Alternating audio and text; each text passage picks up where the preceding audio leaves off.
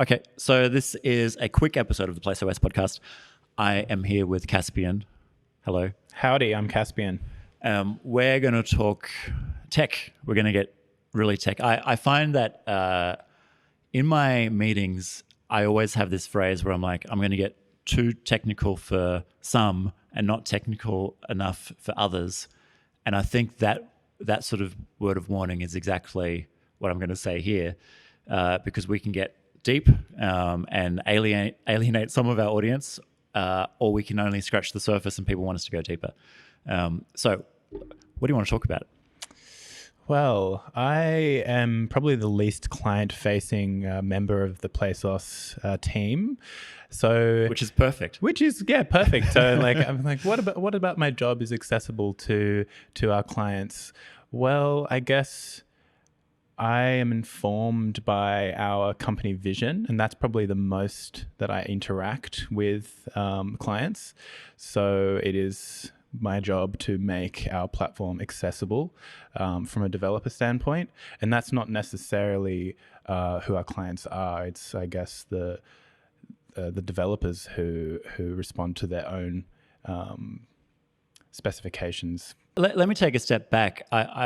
And just to emphasize your point that you're not client facing, that was a really deliberate move by us, and you were the first employee that we could isolate in that way, and that was almost like this whole concept of the lean startup and minimal viable product.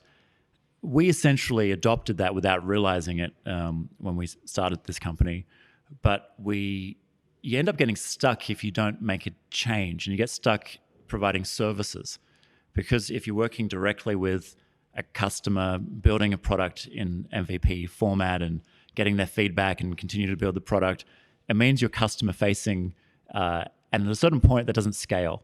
And we got to a point where we had to make a decision: well, do we want to be a product company or do we want to be a services company? And I mean, we could make a really healthy business just custom building things for workplaces and buildings. But for us, that wasn't why we started in the first place. And we realized, hey, we're acting like a services company, but we should be a product/platform company. So we brought you in, and I think the conversation was like, we're excited about this because we can build walls around you and keep you away from getting stuck in projects. And I think we've done a pretty good job at that. You do get involved sometimes in projects. Yeah, sometimes, but that keeps me sane and actually focused on the fact that we are a client-based company. We are building products for actual clients, and the way that my job role is structured does keep me isolated from clients, but that's the way it should be. I'm a software engineer. I don't talk to people, except you, John, around here. But it's a very good role because I get to focus, and I get to focus on the product roadmap.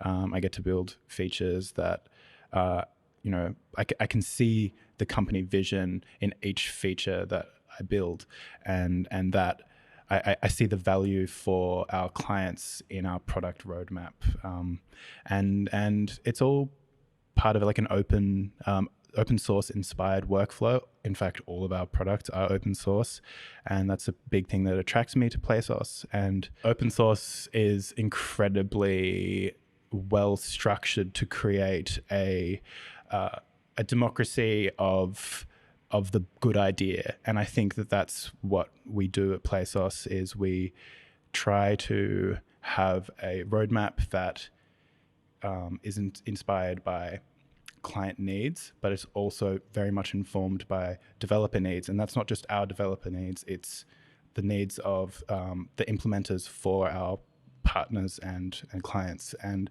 I think that symbiotic relationship is really at the core of like our open source ethos. We consume a lot of open source technology, but we're also contributing, and that sort of goes hand in hand, right? If you're part of an open source ecosystem, you sort of feel this desire to give back to it. Yeah, definitely. Well, let's speak specifically. What sort of open source frameworks are you using or contributing to right now? Well, I am trying to actively contribute to CrystalLang, which is our language that we use for our backend. It's quite a young language. It's been around for a little bit less than 10 years. It's like production ready. It's about to be in its version 1 release, but it's just a remarkably simple code base for how effective it is, and it provides us incredible iteration speed. It takes all of the patterns from Ruby. So that's a very, very, very established language. In fact, our platform was previously implemented in Ruby, and it's quite a low barrier for engineers to contribute to. I have made 2 pull requests in the last week to Crystal. That's directly to a language. It's maybe like we measure like popularity on GitHub by stars, and it's like about 20K stars. It's a very popular language, and it's like I get to work with tools here at PlaySauce that you probably wouldn't touch in different companies, and that is because we're not afraid of open source, because we know the benefits of open source. It is core to how we function as a. We're also, I mean, with Steve as our co-founder, he's always adopted technology quickly. How did you find coming into this company when we're like, oh yeah, we're all in with Crystal Lang? Was that, were you like, why? I mean, I was why, but I think the why was coming from a good place, and it was answered very effectively by Steve. It's a, like, okay, all programming languages are bad, are terrible. Programming shouldn't exist, but some are much better than others. And Crystal, it really ticks all the boxes. It's fast, it's easy to write, it doesn't destroy knowledge built up by just programming in other languages, and Steve pretty much like within 10 minutes, I think he erased all doubt I had in my mind, because it's just, you just see some things that are technically perfect, or at least contain the kernel of technical excellence, and I could recognize that, and I think Steve is not one to take technical decisions lightly, and he can very easily, effectively defend it. So, and I'm also now a defender of Crystal. I will defend it until I die. It's beautiful. I've had a couple of questions come up from our partners, or more statements really, and I answered one the other day. They're like, we have a lot of Ruby developers. We don't have any Crystal developers. And my short response was, well, either did we. But it's very, you can take Ruby developers and that's a good starting point.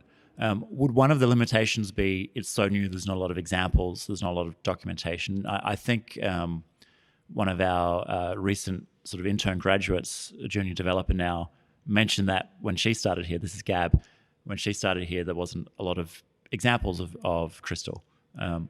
Is that putting people off? Is that just a problem that will solve itself? Are we solving that problem because PlaceOS is so documented? Yeah, I think we're quite documented, and I think those kind of problems you tend to encounter anywhere where you're doing new technology. And while there might be tens of thousands of Ruby examples on how to build a web app, that doesn't really mean anything when you're building smart building technology and you're interfacing with the built environment through drivers. Like these are new problems you have to solve. And if you are a Ruby developer, you're not going to have much difficulty approaching our interfaces because they are Ruby-esque. In fact, it will probably behave much more like Ruby in the way that you would expect it to. And combined with our good documentation, it's not any more difficult than writing or approaching a new programming problem in general. So it's... Yeah, you can't always just expect to solve a problem by finding 10 different examples and gluing them all together. If the language of the framework is flexible enough and you're a problem solver, you could do it in the right way, not just gluing everything. Absolutely. Yeah, I think the solving by Stack Overflow is problematic. Because if you're finding the answer there, you're probably missing a skill that requires you to find when something's wrong, fundamentally wrong. Like you need to have finding the right answer is pretty much halfway to actually knowing the solution. I don't know if that came across clearly, but yeah. I mean, it's funny when people that are not programmers think of programming. They think of movies where you're writing equations on glass and and trying to solve problems at this like mathematical level, when really most programmers are just thinking about logically solving problems, and the programming is just the tool to do so, and not the only tool available. And I think one point we can make about PlaceOS is we actually, well, you in particular, do all the coding, so our partners don't have to. Yeah. I mean, a lot of it can be settings, and that's just like JSON and scripting and things like that. Yeah, and like the fact that we are an open source company, it's no knowledge is wasted. Like when we have a project where we might need to implement a new driver, that goes into the pool of our drivers that have been implemented, and then it's just part of the platform and increases the power of our integrations. And so it's like you write it once, it's effectively simply tested. It's part of our platform. In fact, any piece of code that goes into our open source drivers that might be written by a partner will be rigorously reviewed by us. Yeah. And we are contributors to Crystal. Like I've contributed to Crystal. Steve's contributed to Crystal. Yeah. In fact, like almost all of our developers have contributed. So I wouldn't have any. This is one of the upsides of open source as well, is even the processes, like the Git process, etc., that it adopts typically is just really great quality control. And let's say we weren't using any open sources or just private repositories, there's no sort of guarantee we're following those processes. But I feel like the more open source it is, the more well documented, the better the process has to be. Yes. Do you agree with that? Yeah, I agree. Yeah. Absolutely. Yeah. And that's one of the things one of our other developers, Kim, it clicked with me when I sat in on a presentation he did. There's two things that clicked with me that I stole from him. It's open source doesn't mean free. A lot of people think, oh, it's open source, it's just free.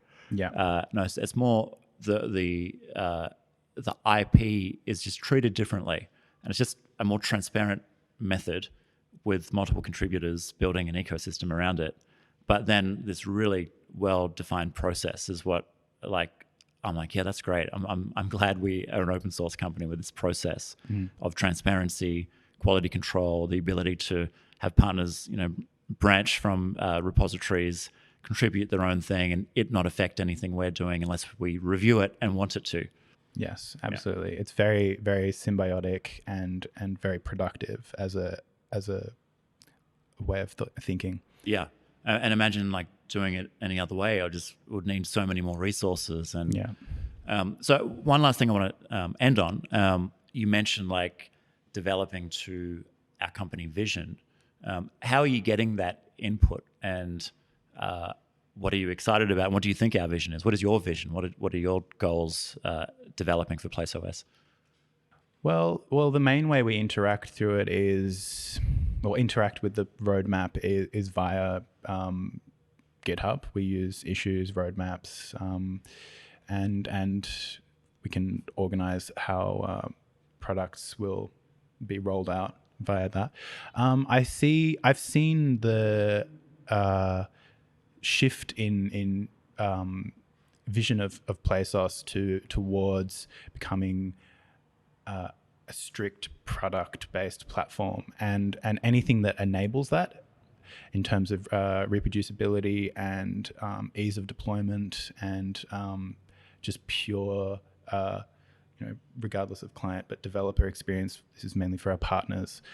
Anything that enables that makes us more effective as a product, and I think iterating continuously on that is just our role as a product company, to just continuously improve the scalability and the ease of use of our platform, and to get our single role which is to be an integrations platform and create experiences. And I guess those experiences, if we're focusing just on the platform and the integration, it's really up to our partners, our customers to define. And if we're flexible enough and scalable enough, it can go in areas we're not even imagining, perhaps. I mean, we do a lot in workplace because there's a lot of trends driving that, market trends and just, cultural trends of how people work or how they want to work, and COVID-19 and all this stuff that comes into play. But maybe there's another area where there's a need for automation via integrations. That could be anything. And one day a partner might come along and we just haven't thought of that. I don't know, maybe it's automating roller coasters to make them more efficient. Whatever it may be, it could be completely separate. That's what I like about shifting to product, is it doesn't become our expertise in a particular industry vertical. Yes.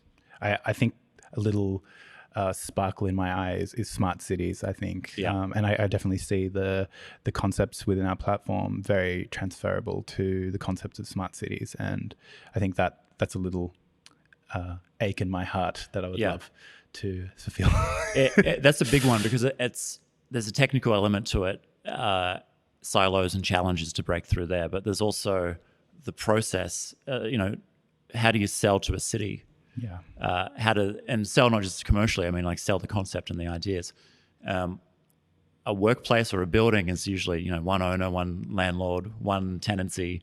There's decision makers. Yeah. But if you're trying to link a whole city together, infrastructure, transport, multiple smart buildings, it's a difficult thing. It's not a technology challenge more than it is a industry business related challenge. Absolutely. And that's one I have conversations with people, and no one's really got a good answer on how we solve that. I think it's maybe starting with smart precincts. So a collection of buildings and connecting that to city systems. But if we can solve that, that's a big one for us to tackle. Absolutely. Cool. Yep. Well, thanks for chatting. Thanks, John.